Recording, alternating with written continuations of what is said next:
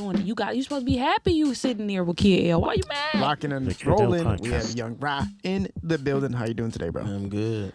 Listen, I actually heard your music a long ass time ago. You did a song with one of the most legendary singers from Detroit. His name is Brian Hamilton. Yeah. And that song was the first time I ever heard you, especially him too. But I hope he's still working, man. And Brian, if you see this, man, I hope you're still out there working, man, because you're super talented. But talk about how that song came together first, because that was very intricate and different. I feel like it should be one of those songs that stood the test of time with Detroit. Helluva really, Helluva hooked it up. You know, I've been working with Helluva forever. And, you know, I came to him, I'll be like, I need a hit. I need something that's just bop it. And, you know, Helluva, he a chemist in that lab. So he got him on it. And actually, Floss a lot, who got me on the show, he messed with, you know, I think that's his nephew or something, if I'm not mistaken. But so they both had a part in that. And we did it. It went well. Shot the video. You know, it was a good look. Did numbers. Yeah, it did do numbers. It did really well. People who've, you know, worked with Brian and stuff like that, I always notice that there's something substantially different about their artistry and who they are as an artist. Like, you don't just pick people like that for no reason. Like, you tried to craft it, but you're saying Helluva was a huge part of why that happened. Yeah, for that song, for sure. Helluva's been curating some of the newer songs that have been coming out. People don't know that. Like, he's placing artists with other artists and making stuff like that happen. But this was like not that long. This was like a little bit longer ago, but not that long ago. So you were probably one of the first artists that he was trying to do that with. Yeah, I just hate using the word the first. But yeah, I'm an artist. The Helluva helped out. Listen, I know people come on here and say they're the first, but if it's true, there's nothing wrong with it. Yeah, listen, I'm just following the blueprint that was already created. That's it. Talk about let's get into you first, man. Talk about where you grew up and how that impacted your music. Well, I was born and raised in Ypsilanti. I moved to Germany for a few years. Yeah, my mom's husband was in the military. So we was out there for a while. When I came back, my older brother, he was living on the west side of Detroit. So I moved in with him over there on Plainview, and just really started just taking notice. Like, I was a student of the game.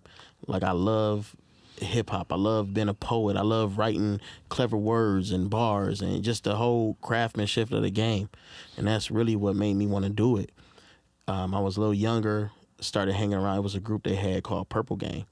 And that was like T-Flame, Famous, and all of them. They was all under Proof.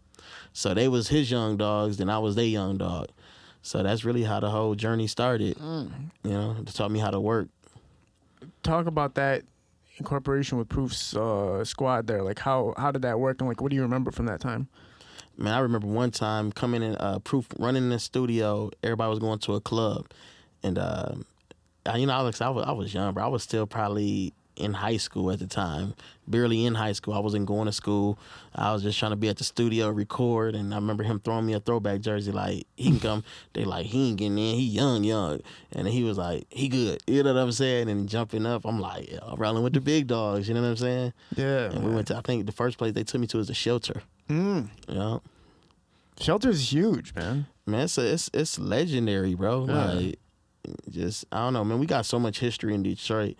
I just wish artists would concentrate on more stuff than just negativity, you know?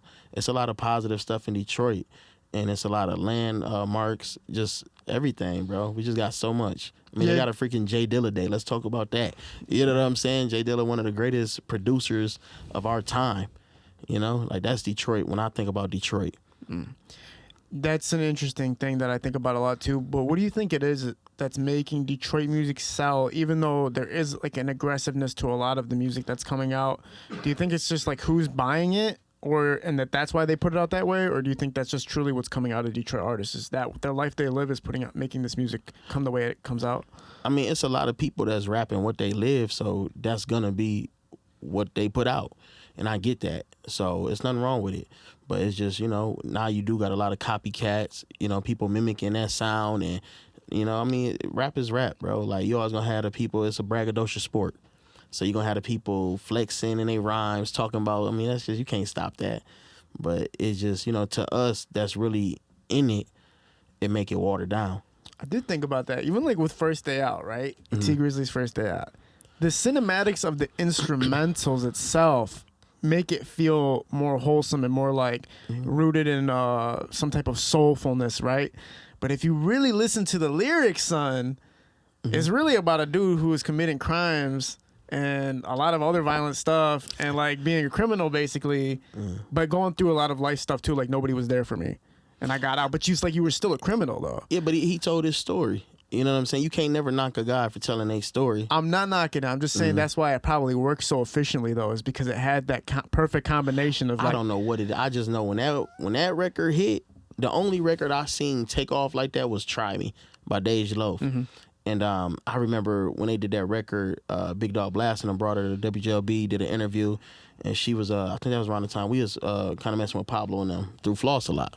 And he tweeted the record, and I remember it was just like one day, it was like down here, next day all her numbers in the millions, and it was dope, man. And even to be around to see T Grizzly jump like that was dope. And you know, the rest of the world finally caught on to Detroit lingo. That's how I feel. Yeah, very, very true, man. But let's not, you know, now you want to talk about some first stuff. You did have Eastside Cheddar Boys. You did have Rock Bottom. You did have Street Lords. You had, you know what I'm saying, Doughboy Cash Out. So it was still a lot of groups before him that touched the world, but it just was a different wave, bro. Yeah, when I talked to Big Herc about that, he said something interesting. He said when Tupac had gotten killed, a lot of record labels knew that there was fire coming out of Detroit, but they were scared to get involved with any street artists for the longest damn time, right? So, like, that's a huge reason why a lot of these guys that could have went mainstream didn't go mainstream, is because they were really from the streets. I believe it. And that kind of, like, chance of taking that and putting them in the labels could hurt the labels in any type of way. But I mean, labels is banks right now. You know what I'm saying? Do they want something that's gonna mess up their investment? You know, I put all this money into you. You go do some crazy stuff or get caught up out here. Now my money gone. Bad investment. Bad investment. Right. Gamble. I'll talk about the progression from that though. So like Proof's obviously accepting, showing you like, yo, it don't matter how young this cat is, he's cool, get him involved. And it like, you know, like I was only around Proof a few times. You feel me? Like Famous was really my plug in that arena. But you know, and that's how I end up plugging in with Hell of a did a song for me. He produced a song called Patron in My Cup, and it went crazy, you know, and it was around all of that time, you know what I'm saying? So, you know, that was just, I used that because that was kind of a foundation for me where it helped me craft who Young Ra was. Yeah. And, you know, like I said, I tell everybody, Young Ra, it's not like it's a stage name. My name is Rashard. I'm the third. My dad's junior. So they just used to call me Young Ra. You get what I'm saying? So it's not like it's a stage name. So it just, you know, that crafted who I was, just seeing, you know, Purple Gang's work ethic, just seeing how they just did stuff, man. It was crazy. Like, they was out here really hustling, you know, just everywhere on every flyer, posters. Like, even when flyers weren't cool, they was putting out flyers. You know what I'm saying? Like, that was to me, that I look at them as legendary. They was in that battle rap scene. And I remember back then, they used to, like, my man Famous at the dude that was over at Bad Boy and Q, they used to be like, you know, his rap, he cool, he could rap, but you know, I was on some other stuff. I was on some damn near making love songs. You know what I'm saying? And this is like, I refuse to concentrate on the street side of stuff. Like, you know, I done had my tests, my trials, my run in it, but that just it's not what I want to be known for. You get what I'm saying? Yeah, I totally hear that. Can you bring that microphone a little closer to you? Yeah, my bad. You're good. Yeah, I was just talking to an artist about that earlier. Like, your sound might not work for Detroit, right? But it could work anywhere else, and you could flourish off of it. But you did do good in Detroit. It's yeah, I did good in Detroit. Like, you know, they know me. You know what I'm saying? They rock with me. But I've always had visions to do something else.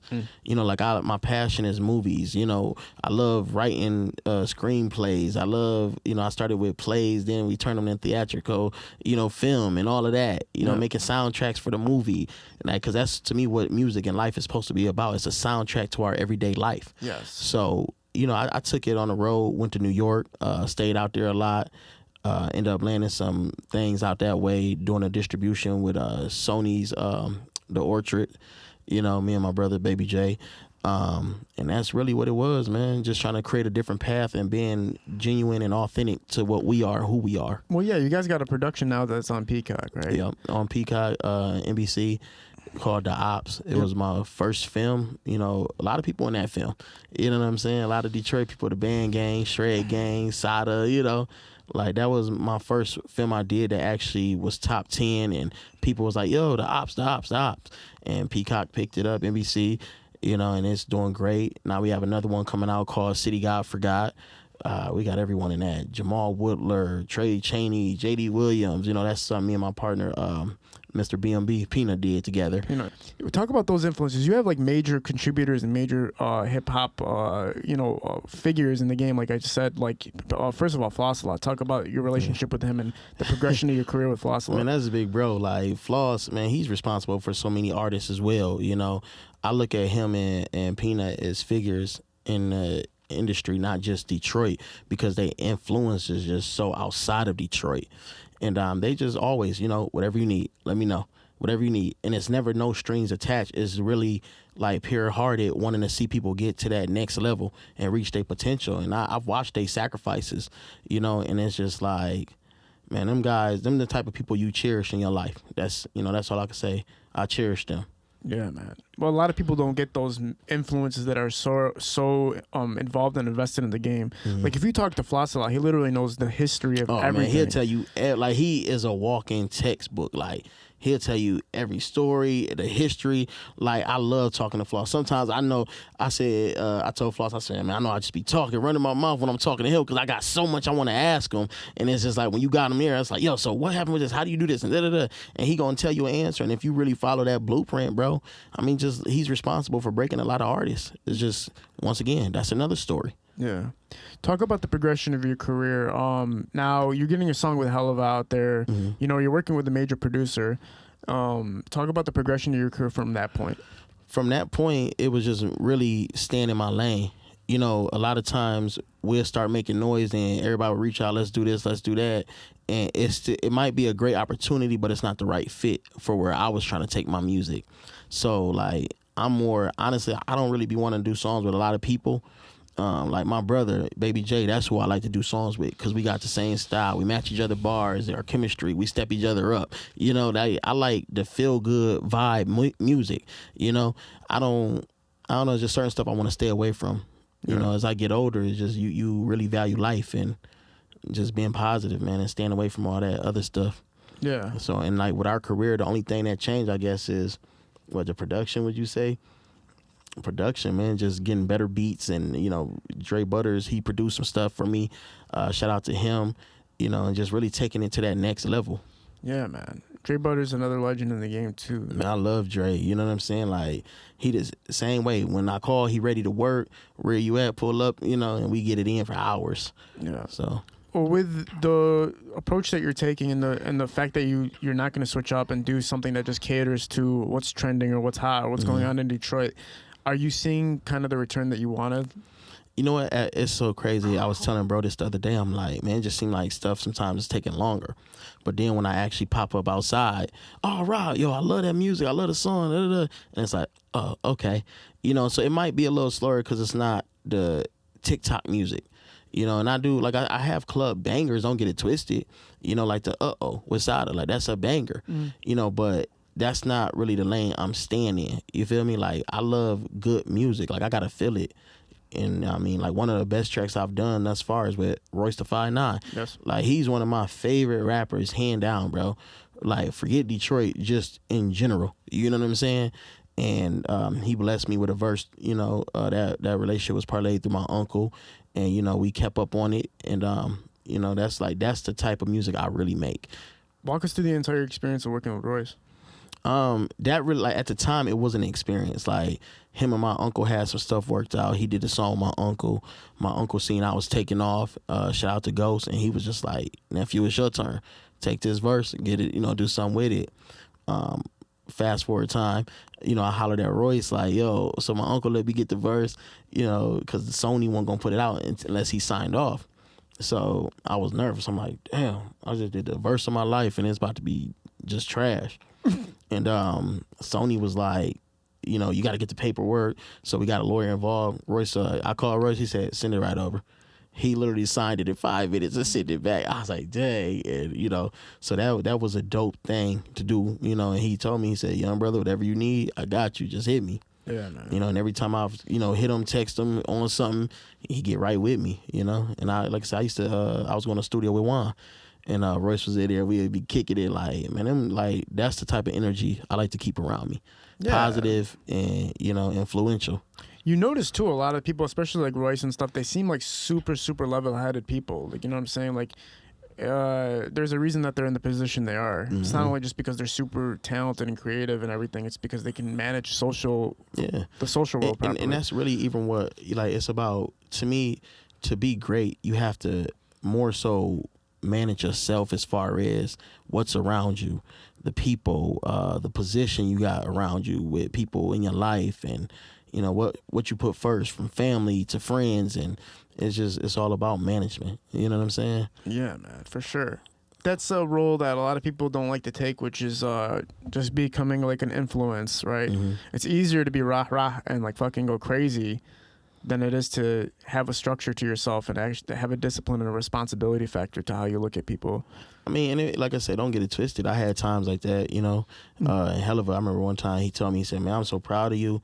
He said, you used to be outside the studio with the little pistol, you know, just on some dumb stuff. And now you just like, I see you got your daughter, you doing this. And that's what like I say, it's my brother told me a long time ago, what do you want to be known for? You get what I'm saying? When you leave this earth, all the stuff we doing, this crazy mess, yeah, what? Oh, he was a gangster. That nigga was a G.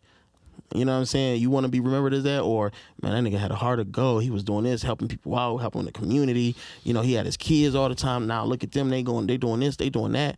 Like, I want to be that guy. Yeah.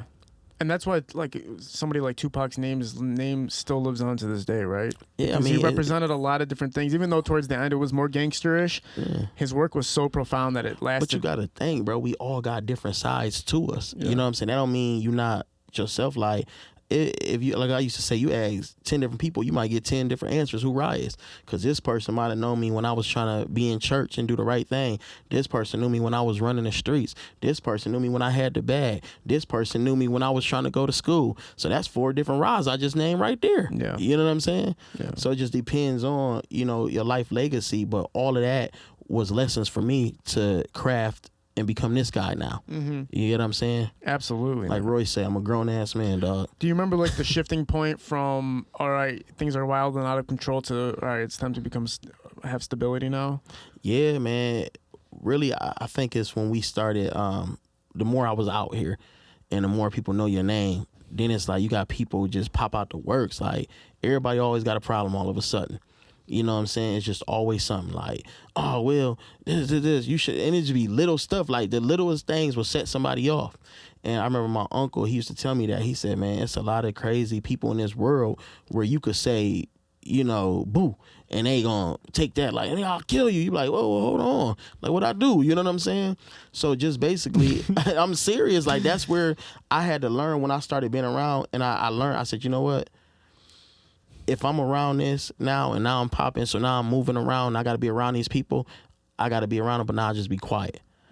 So now I observe more, and I'm slower to speak, you know, and I think that would save a lot of people the trouble, just being quiet. Be quiet. You know what I'm saying? Yeah. That's the safest thing you could do is be quiet. Shut the fuck up. Yeah, you don't always have to say something, right? You don't. Just be quiet. Yeah. And that's how I learned to maneuver through this game. Yeah. Because you try to, like, relate to somebody or bounce back with somebody just because. Not even for a purpose, just because. Like, one thing I don't like doing, and I know it's, like, kind of weird, but let's just say we say what up, we click hands and everything like that, and then we're in a room together, we're chilling. Every time we pass by each other, we don't got to bump each other or nudge each other or look at each other. I know you're there. You know I'm there. Yeah. We don't have to make an interaction to know each other is there. Well, see, it's also about such a thing called mutual respect. You know, like, you know who I am, I know who you are. Why do we play them games when we see each other like, don't speak? Like come on, bro. You could say what's up and leave it at that. You ain't gotta, people. It's like people got this thing, man. I ain't trying to be no dick rider and all of that. But then, like, even on birthdays, niggas will say, they know you, right? You do this, people, you're known. You got a name, right? Mm-hmm. So they'll say happy birthday to T Grizzly, but won't say it to you. And this is people like, so don't dick ride you when you doing your thing, but dick ride, like, people, man, just, once again, people are crazy, bro. I've been doing that with my platform now because I made a statement about that. I said, like, you're promoting people who don't know who you are. Like, you could be going on Big Sean's page, who is already super successful, and commenting and posting and all this about him when your friend's trying to make it. Like, Big Sean's not even going to see what you just posted. He ain't paying you no attention, bro. Like, for real, it's just like, it's like this, like, the strippers. And they be killing me. Like, $100 dance videos. Like, you was just dancing a Lil Uzi new song for free. Now you want 100 from me though? Then you tagging him, like. Yo, well, I'm careful with my platform now. When I post in my stories, I'm really only posting people that are trying to come up or trying to establish themselves. I've done it way less now. I don't really post, except for KD, obviously. I really don't post nobody else's stuff that's already established. Even with that, you got a relationship with them, so it's different. You get what I'm saying? Yeah, that's a good point too. Like, you have a relationship with them, it makes sense. But when you're posting somebody who doesn't know who you are, it's like that those views could have went to somebody that you fuck with that's trying to make it. Man, that's why, like, even with podcasts, I used to pay, like, I wouldn't pay to get on podcasts because I used to feel like if I got to pay them, I might as well sit in front of a white backdrop, talk for an hour, and put all that money into ads. So it's just, it's different ways you could go about it, but at certain levels, you got to spend money, bro. Yeah. You got to. Yeah. And like, nobody, and that's the thing, I do feel like a lot of people don't want to ever spend money either.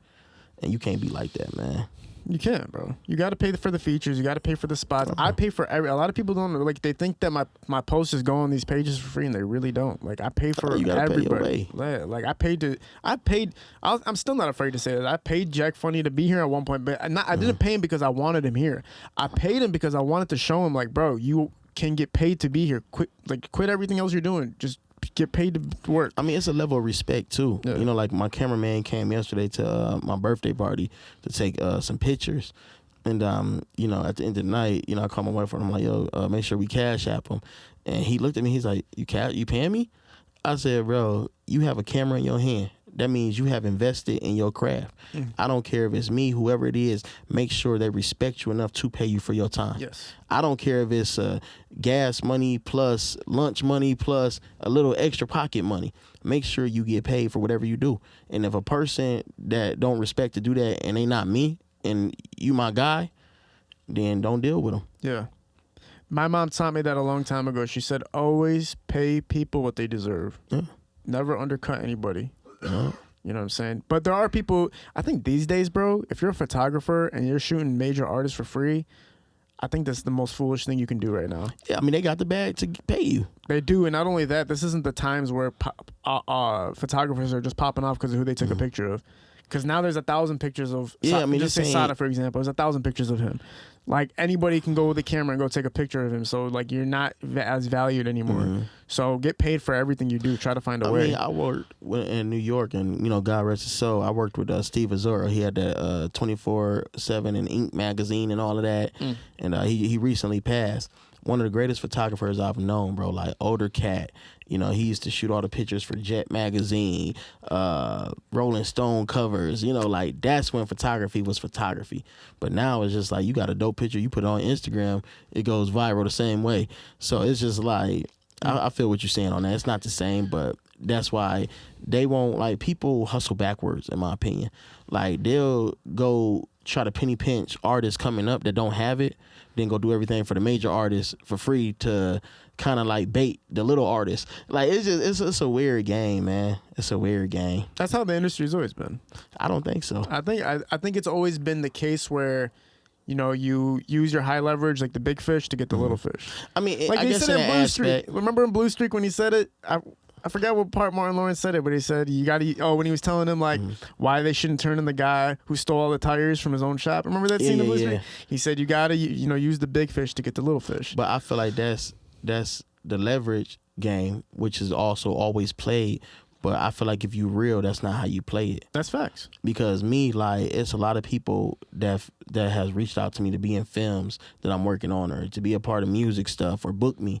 And I wouldn't be like, oh, well, I'm going to just tax them because I know they're going to pay it. But then so-and-so over here that really got it, don't charge it. Like, that's backwards. I don't care what you say. That's backwards. The thing is, everybody's broke. That's the problem. Yeah, I mean, yeah, that's the real problem but you don't know because on Instagram they flex so heavy, you know, like I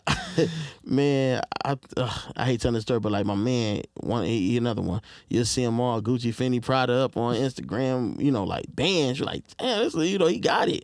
In person, hey man, let me get 20, I need some gas, like, you know what I'm saying? So I get it, but the internet's capped out for sure. Oh, it's super capped out, and it kind of turned you off from the industry.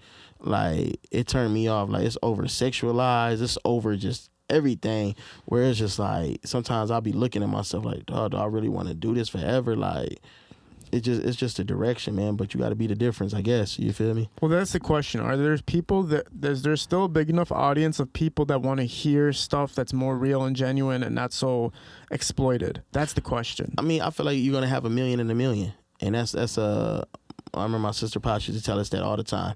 You're going to have 1 million women that think you the sexiest person in the world, and you have 1 million women that think you ugly. You just got to find 1 million for you. And that's just really how I feel about the entertainment business. You know, there's always going to be people that's feeling like Kid L. It's always going to be people that feel like Baby J. It's always going to be people that feel like Young Ra. We just got to go find those people that feel like us. Yeah. And that's a beautiful way of putting it. Because even when you go, like, what's your least favorite type of music? I listen to everything, bro. Like I told you, I lived in Germany. Like we was listening to like what was it, rock, like heavy rock back then, you know. But I was always a huge Michael Jackson fan growing up. So I would say country, but I actually like some country. So okay, yeah, I was gonna say country too. But I gotta go with country. They got some stuff, but like if you imagine that there's a world of people that are die-hard country fans, yeah. And so you got to see perspectives like that. There's people who love country, so in your perspective, you might be like, "Who's gonna like what I'm doing? Who's gonna like what I'm doing?" Well, man, if there's people that love something you completely don't like, so there's room for everybody to grow here. Man, I know, like, even when we be talking about different artists, they'll be like, man, you hear them, they trash. And I'll be like, bro, it don't matter what we feel.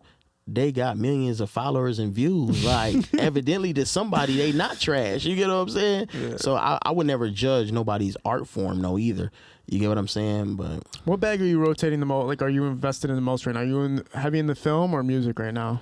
Man, we drown in both of them. We neck and neck, but you know, because rap is a passion, and that's always a continuous investment. You get what I'm saying? But the film is just a bigger budget, you know, bigger bag, everything big. Talk about your experiences of creating these films and kind of walk people through it. I mean, I started creating films because the industry wasn't here in Detroit. And, you know, as a kid, you want to do all this stuff, but you get tired of hearing no because of lack of resources or lack of money. You get what I'm saying? So I always said I'm going to create something that I can control and, you know, bring popularity to it. So I use my rap stuff to help boost that. So I was a rapper writing plays and, you know, bringing everybody on my plays, Coco, Foolish, and all of them, packing out Cherry Hill theaters and all the other theaters. And then it grew. We shot it as a TV show, as a sitcom, put it on WADL first, you know, and it went big on there. Then I said, you know, I'm about to do movies. And we started doing movies from there and haven't looked back since. Man, talk about the WADL experience. Like, how does that freaking work, man? How do you get into the TV? I mean, then, you know, that's when, like, it's crazy to even say then because I'm thinking, probably 2017? Yeah, it's not long is when we did it. But, you know, rap years, that's a long time. But so 2017, go to the station, you know, we set with the programmers like you do a radio station.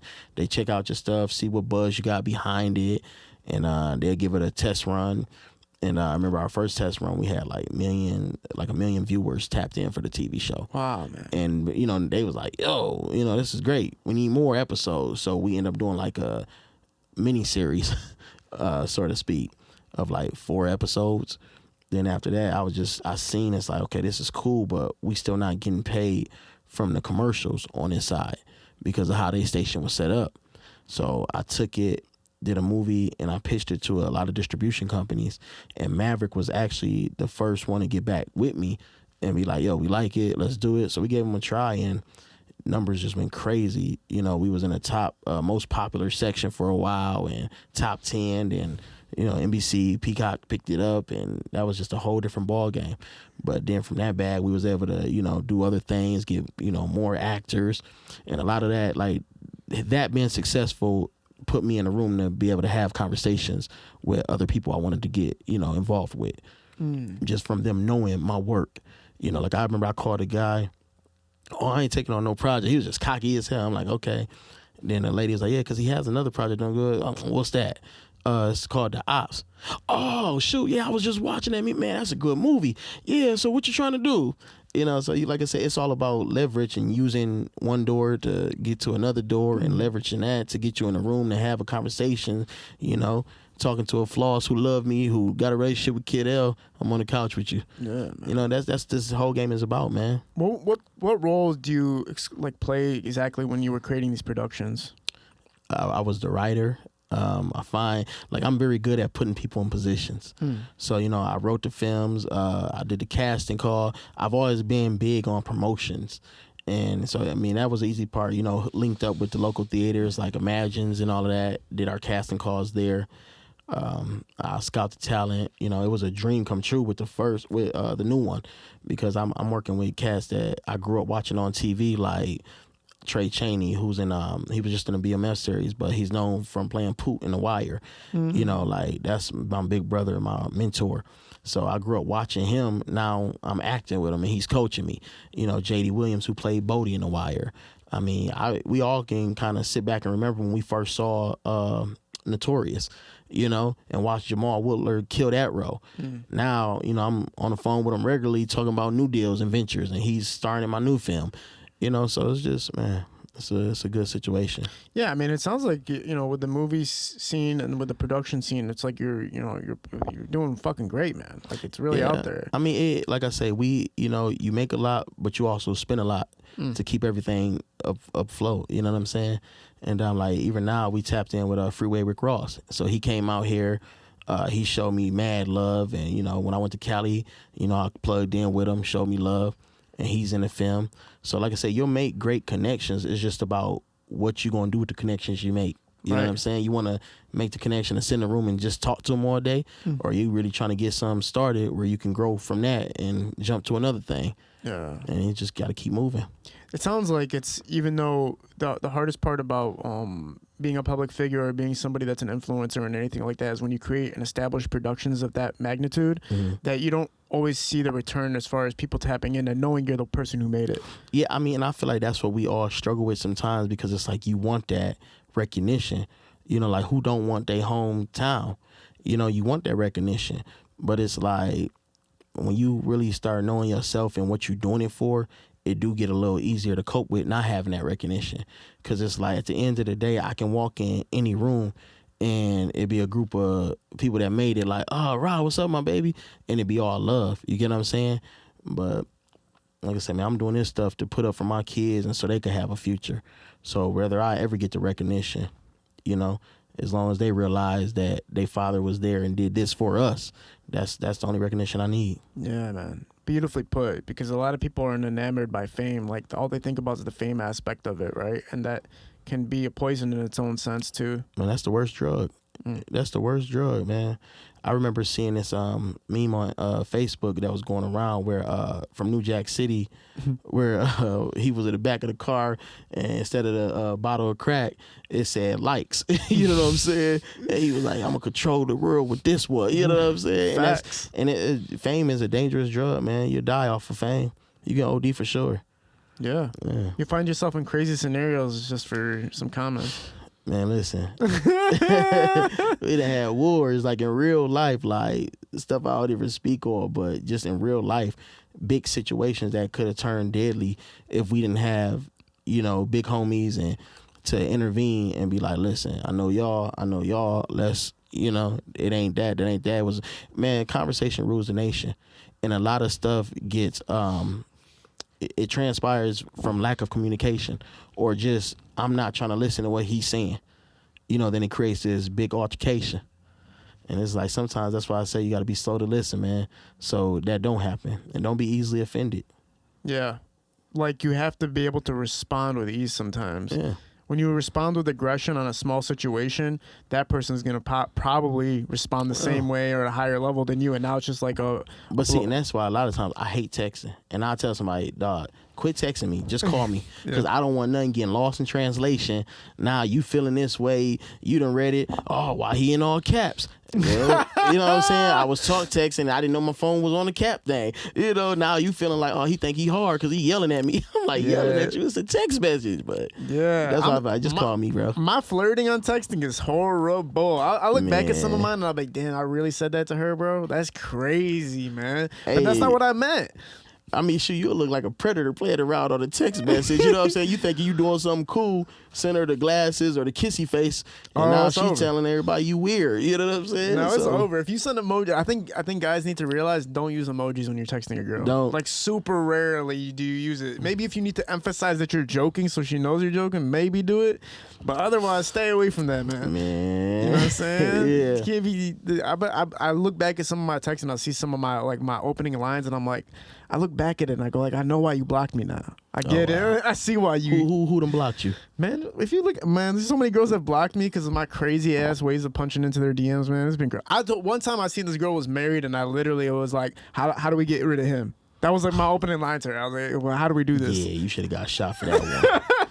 Yeah, I don't play with that marriage, but yeah, you should have got blocked. Yeah, I got blocked a lot. But then getting left on red too is fucked up. That's crazy. Like I get left on red like 90 out of 100. This is how I be feeling when like I'm texting somebody and I see they ready and don't respond. I get to thinking the worst thing ever. Cause it's like, I know you got your hand in your phone. You don't go nowhere without that phone. Now all of a sudden you just read my message for 2 days. Yeah. You know what I'm saying?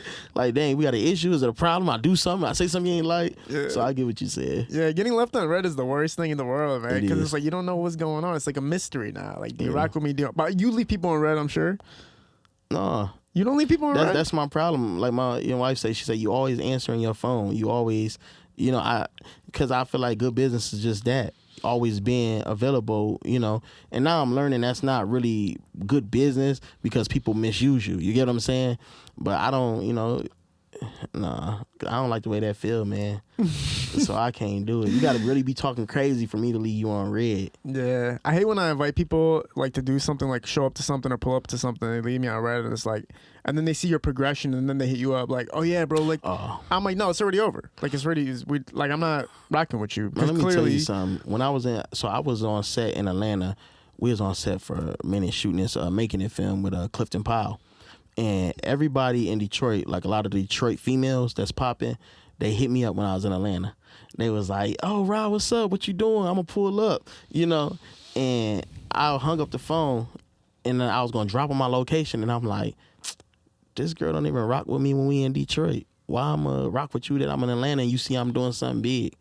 So, yeah, I went and blocked her. Yeah. Yeah, man, a few of them Detroit people, man, they been the same, the women. They the worst, bro. And the men is the same way. Like, when they see you doing something big, now they want to tap in. What's up, my baby? And yeah, we got a plug. So I might have just lied. Yeah, I'll be leaving them on red, bro. Yeah, nah. But I'll try to go on my DM, like, you know how you read it, then you go and hit unread. I do that a lot. I can't lie. But that unread doesn't mean they'll still see how they still see. it. I figured that out the hard way, son. Damn. Yeah, you just figured this out right now. I should have tested it. Yeah, unread doesn't mean that you took away the fact that you read the message. It just means that you made it so that you have to look at that message again. It's like an indicator, like, oh, I want to read this later. Bro. So yeah. I get it now why people mad at me.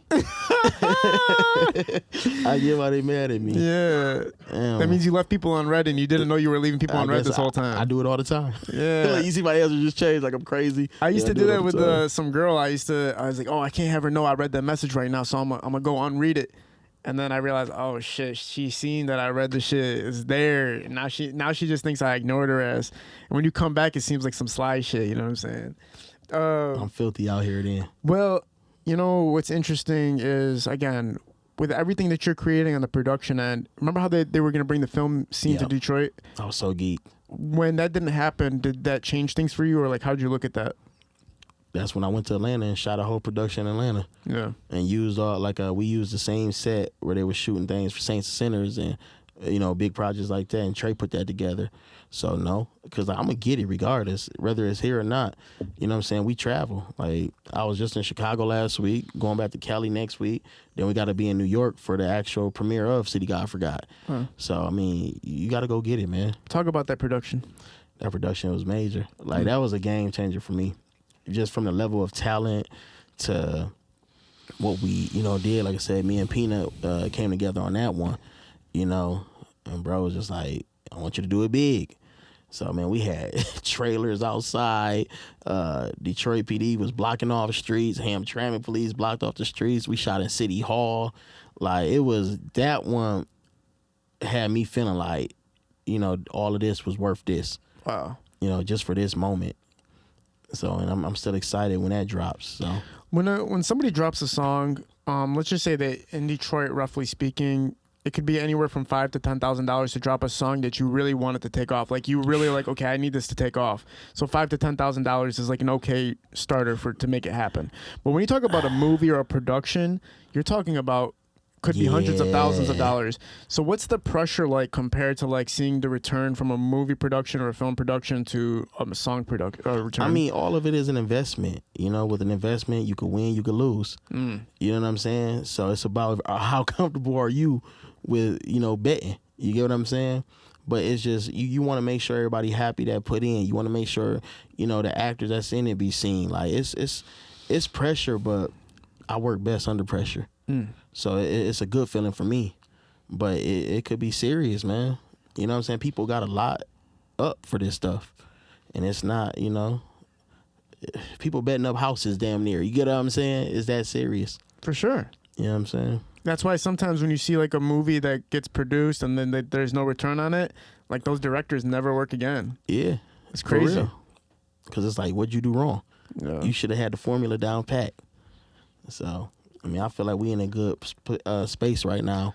When you're working with the level that you're working on, you're dealing with pure professionals, right? Yeah. You're not going to meet somebody that's off where it's like, yo, you don't belong here type thing. But then when you come to some music scenes, there is like a lack of professionalism to some degree to certain music scenes. How do you apply that, or do you try to help people with that or understand that? Man, I used to try to help so many people, but then it got to the point where I was bringing my value down, trying to reach back. And, because I always believe in, growth. And, maybe they didn't know. Like, I hear a lot of people complain about certain women. And I put this same approach with everything I deal with. And it's like, you can't really, people might have not had nobody real in their life to understand what they should be doing or how they should be moving. So I always try to help somebody off of that, but I done been burnt so many times doing that. It got to a point where like, okay, but ace is ace. You got to call it what it is at this point. So I know who I'm not going to work with, what environment I'm not going to go around. Like a lot of times when people are like, I want to get you in a song, send the money to my Cash App. I'll go to the studio and I'll send it back. I'm not coming in your studio. I don't want to be around you and your 1,000 friends, with everybody with pistols on the seats and eating chicken, talking about, just all like that's the environments I've been to. And you be looking around like, y'all ain't working. Yeah. Not even that. It's an environment I'm not. What should I say? That's how I guess we grew up doing it. But you got to grow. You get what I'm saying? And when I go to the studio, anybody will tell you I work. Like, I'll probably knock out 5-6 songs. I just let bro hear a whole album in the car. I got 2 albums fully done that I'm not putting out because I still need to bring this person in and do this hook. I need to do this. I like to work.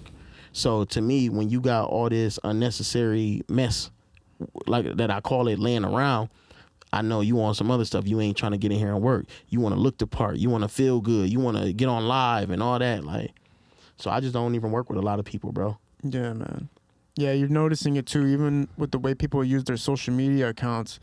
It's like you're using it in a way that is short-term attention. Yeah. You don't care about the long-term, uses that you could bring to you. It's like the blue check thing. Yeah. You know what I'm saying? Like, I seen people, that got blue checks, and he on the corner dancing, you know what I'm saying, for tips. Like, I'm like, What you got a blue check for? It's just like everybody want it, no matter what. And I feel like it's dangerous because if you like, say you went and got your check, right? Who cares? They need to know they really doing business with you. So that's what Instagram was for. You know what I'm saying? If you an entrepreneur and you get it, pay the monthly thing, I don't think nothing wrong with that because you're doing business and people need to know this is who I'm dealing with. Right. But when it's just kids and they got blue checks and they just doing it so they show their friends, look what I got. Like, but then again, to teach, to each his own, man. I don't judge. If that's what they like it. I love it. But yeah. I wish they just made two different ones. I wish they made like you paid for it and then you didn't pay for it, like type man, shit. it used to be like I used to feel like having a blue check back then. It was like now they know they working with Rod. And, you could slide in a few more DMs. You know what I'm saying, and they respond. Now it's like I feel like I got to put a disclaimer like, "Hey, what's up, girl? Yeah, I had this blue check before. They started paying for it, but this really me." You know what I'm saying? It's too much now, man. The whole speech. You can like if people really want to know how you know if you paid for it or not, click on it. Yeah, well, yeah, it shows you if they have their government name on their page. That's a good that means one, they paid for it. So it's like the easiest way. My boy hit me up. He like, how come yours say Young Ra and mine says Demetrius Martin? Yeah, right? I said, how'd you get it? Oh man, he said, shoot, they finally accepted me. I just did the submit. All right. Yeah, and some of these government names are fucking hysterical, man. I forgot one of these famous comedians bought one, and I seen his name, and I was like, that is hysterical, son. Like, I would never have paid. I would just for people not to know my real name, I would have paid not to have that shit shown. Like, facts. They should, but that's fucked up too. You can't be putting government names. I don't know why Instagram. It's like when everybody was doing them PPP loans. You know how they had to register their business. Now I got their whole address on the paper where they live at, and then they wonder why they getting robbed. Man, fuck that, man. But real quick though too, I do want to talk about. So one of my partners is actually locked up, he incarcerated. So shout out to Shannon. He make a lot of stuff happen for me, and right now it's another thing they doing that good time, bringing the good time back. So I want everybody to go sign a petition for good time to come back. I guess they get 30 days off of a year, and all these rappers, it baffles me that they not promoting this stuff. Y'all always in these songs talking about free the real, free my cousin and all of that, but now you got a chance to actually help out your cousin and your family. Sign that petition, man. What is that petition? It's just basically to bring good time back so they can get time. It's for time served. Oh. So and they took that away? They took it away, but now they're trying to bring it back. So, like I said, everybody. So you could be in the court system for like 3 years and it won't count towards your time? Yeah, and it's a lot of cats like that that's been in there ain't getting nothing. But with this, I think it's gonna be for every year they serve, they get 30 days off. And it probably depends on the crime and all of that, of course. Man, that still ain't shit, man. Yeah, but it's still, you got these rappers screaming how real they are, but they're not trying to help their people get home. You get what I'm saying? Yeah, real estate's crazy especially when you talk about social media pages, which is the best way to interact with your fans and your audience. The real estate's like incredibly high. Like people are learning to not post or do anything that doesn't benefit them to the max capacity. Yeah, but it's just like, but you gotta take a day to do it. Yeah, but what you in the game for? You know what I'm saying? That's why, back to what I say before we even started. The foundation is the foundation. Like, I know why I'm here, so why are you here? You get what I'm saying? Yeah, I mean, look, man, you've probably been to some crazy events and crazy things because you're affiliated with massive productions, Hollywood type shit, basically, man. What's been the positive? What's been the craziness? What's been the fun parts? Man, I think one of the fun things I did, I went to New York, and this is back to Coat of Individuality. Like, they're the #1 denim company right now. And they invited me to a fashion show in New York. And 3 floors, 1,000-some people just having fun, partying, everybody like dressed how they want to dress, nobody judging. That's the stuff I consider big and appreciate, because it's just like, it's more to life than just what's going on, in your little circle. So I think when, to talk about the big stuff I've done and the craziest stuff, it's the stuff that I appreciate, which is that. Right. Just getting more experience and, doing different things. What future projects do you got coming up? City Guy Forgot is coming out. The clothing brand, City Guy Forgot shirts, that was a merger deal we did with Code of Individuality. So that'll be out soon in May. And, be in stores probably like Alvasan, Puffer Reds, Designer Warehouse. That's who I'm shooting for. You get what I'm saying? So I'm putting out my claim right now. But other than that, Tribe sneakers, I had to hit my mid up. I saw he got the sneakers going crazy. He had a Vezel wearing them, and they doing some stuff. So he came here today, and my shirts matched his shoes, so I had to hit him up. Like, I said, hey, man, people be doing collaborations on music all day. Let's do some collab on some merch, And just really, that's what it's about, man. Just supporting people in your home for real. So, is that the shoes you're talking about that Snapdog was holding? I think today, yeah.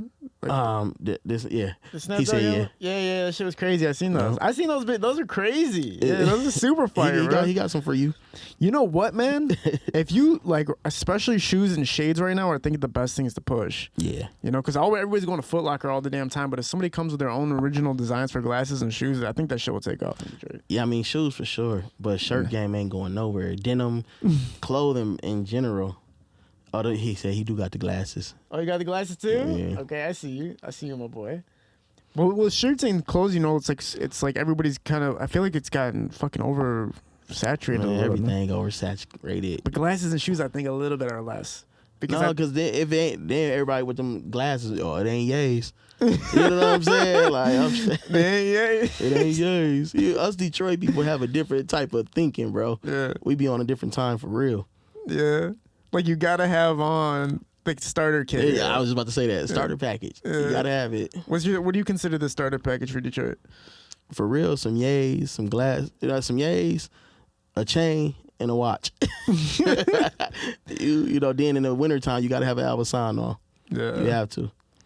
That's pretty much it for you, the starter kit? That's the starter kit. Yeah. And then the car, you know what I'm saying? You got to have the charger. And nah, man, these dudes is bums, bro. In real life, they walking. They ain't got no cars. You feel me?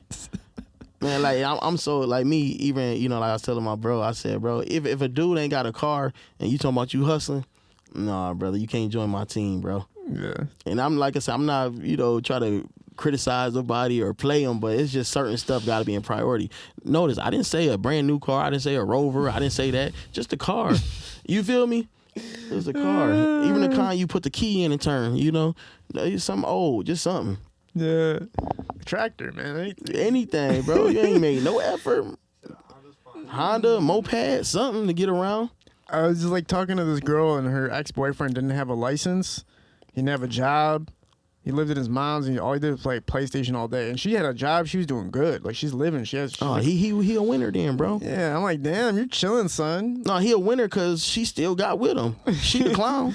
Yeah, that shit's crazy to me, man. Yeah, you gotta have something going, bro. And I was teaching my daughter that it's not about being impressed or wanting money from somebody, but it's about somebody not bringing you down and having an equal value. And that's really what it's about, that equal value. Yeah. And I be seeing all this stuff going around with men working and women half and half, and it's like, I don't think none of that is really the point of it. It's about having a value to bring to the table. All right. Like me, I don't want my woman working, and she ain't got to do none of that if she don't want to, but she still has an equal value. What about in the beginning? What about in the beginning? Like, you're still trying to come up, she's still trying to come up. Do you split bills at that point, or do you? I'm old school, bro. I feel like I'm the man. My wife went back to school. She got getting her bachelor's in criminal justice, and let me worry about the home and hold that down. You go do that. So Lord forbid something happened to me, you don't got to depend on nobody. Like, I'm just old school though, bro. Like, I'm not counting my woman's pocket and what she got. Like, go play with your money. That's even better. Now you ain't gotta ask me for everything. Go ahead, play. Have your own money. But when money come in, it's both ours. And that's just what it is. Like, I don't know. That stuff, like, people spend so much time worrying about the wrong stuff. If you got a solid partner, everything is everybody's. You get what I'm saying? We're gonna split it. What I make is yours. What you make is mine. And that's how it's supposed to be. That's an interesting perspective on it. Yeah. Because old school basically means you're paying for everything. And I do. I don't mind. I mean, why not? I mean, you got it. That's it. it. If you got it, you got it. If you don't, you don't. Like, I think some of these dudes just really, that be their whole argument because they really don't got it like that. Like, my brother, it's okay. Just say that. It's okay not to have it. Just say that then. But don't make it like you standing on some principle or something. Yeah. Oh, she got to have something to the table. Or she can't sit here. No, just say, listen, babe, I ain't got it like that right now. We both got to work. Ain't nothing wrong with that conversation either. I mean, for me, I'm good. Like, I'm gonna provide. Yeah. Like, if you're with a woman and you don't have money yourself, or you don't have enough money to pay for both of you, it's better off just being honest. Like, look, I don't got money to do that. Yeah. Instead of saying, like, I don't believe that men should have to pay for everything. We get in situations a lot of time for capping. Like, not being honest with ourselves and what we really going through, or what we got, what we don't have, because we trying to put on this image for everybody. Yeah. That's why we end up in these situations. But, and it's certain girls that, of course, they going to come because they think you got something. You know what I'm saying? Like, I would love to go back, you know, try to act like I work at Burger King just to see how many still be in my DMs and, you know, trying to attach themselves to me. Yeah. But that was Dave Chappelle's one of his comedy lines. He's like, one time I called this girl and I told her I was gonna pick her up, and she said okay, and he pulled up in a garbage truck. Yeah. You remember that? And he pulled up in the garbage truck. She's like, what do I look like, garbage to you? And then he took off the mask. He's like, psych, it's Dave Chappelle. And then she's like, oh shit. Even them pranks they be doing where like the dude try to holler at the girl, she like, nah. Then he go walk to the Ferrari. She like, that's your car? Yeah. You know what I'm saying? Like, man, they crazy, bro. Them the ones you just you know have fun and leave them alone after that. That's the best way to put it. Look, if you're gonna try to, I know this is messed up to say, and it goes against everything you just said, but if you're gonna try to trick me as a woman, I'm gonna trick you back. Like, if you only want me because I got something, bro, or whatever, I'm gonna pretend I got it if that's what it takes, because you don't care about me. So let's play the game then. I was just about to say the game is the game. Yeah, the game. Ain't no rules in these games. Yeah, like, I love how you said that though. You were basically saying like a lot of people are capping their lives out, and then when everything that you cap to get, the things that you attracted through your cap, you got to provide that stuff that you were capping about, and that's what throws your life. Because a girl might think you have all this money, you might be taking loans to take her out. No, for real. You know what I'm saying? For real. You might be going to see your boy, like, let me borrow $500. Your boy might have lost a friendship because of this girl or anything like that. You know, you might rent a car. That's why I say come up. Like, I came up with mine through, you know, when we had $0, you know, to the time we had good money and being was comfortable, and you just got to figure out that one that's gonna really rock with you through it all. You know what I'm saying? Facts. Like, put her in a room full of rich looking rappers and see if her eyes get to wondering or how she acting towards you. Yeah. If she still treating you like you a king and not even paying attention to them, that's the one. Yeah. That's happened to me before. Yo, I've literally, like, and this is like no joke. I brought this girl to a place one time, and we sat down together, and I swear to you, I looked to my right, and when I looked back to my left, she was at a different table. Bro, and I'm not even exaggerating. I had an example, like, back in the day, I never forget. I had took this girl out, and I'm like, yo, she a keeper. She the one I'm bragging. Look, it's for Indian chick. So I'm in the club, you know, my boys around. I'm talking about how she cool, and I look, she dancing with the homie. Next day, you know, I look, she twerking on the other homie.